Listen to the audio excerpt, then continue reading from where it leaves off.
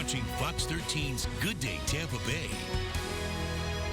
In this weekend's Matt on the Money, trust, one of the most critical aspects of any relationship, especially with the person you choose to manage your finances. But how do you decide who to go with in the first place? Joining us to talk all about it, veteran financial expert Taylor Ranker. He's the author of the book Dead Cats and Wealth Advisors. Taylor, welcome.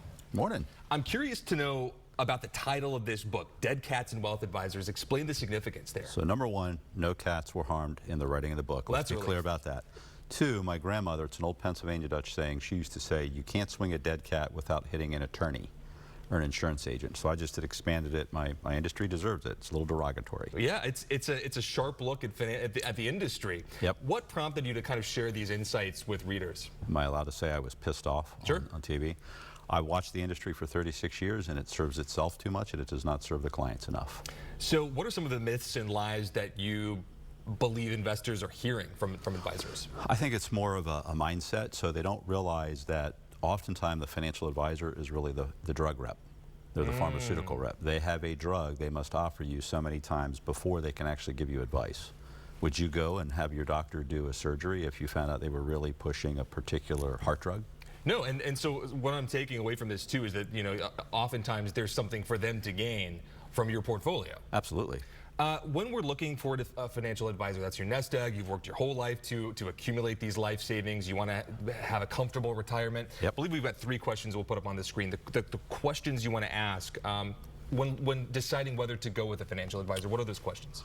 First, I would find out, are they a fiduciary? Are they the true doctor that's going to look out for you? We actually have a term, we call it the business card litmus test, Matt. So look at the business card. I implore your audience to do that. And you can tell on there, do they represent you or a big company? The next question, will you, I believe it was, will you work for me?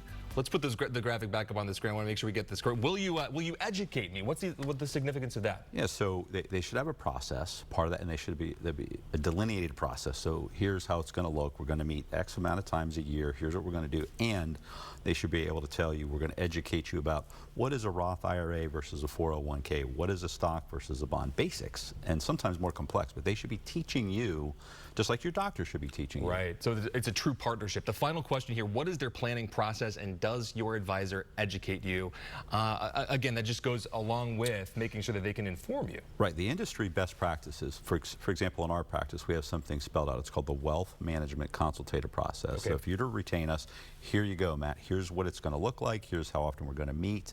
Here's the topics. It's very delineated. So when you hire us, you know exactly what you're stepping into. Exactly. And then it explains when you're going to get educated about what topic along the way. The book is Dead Cats and Wealth Advisors. Where can we find it? Where can we find you? It's I'm in right here on Cypress. Okay. So QuestmontVFO.com is where I'm at. It's on Amazon. It's Audible, ebook, and paperback, as you see here. Taylor Ranker, thank you so much for being with us. Thanks for the Irish coffee. Absolutely.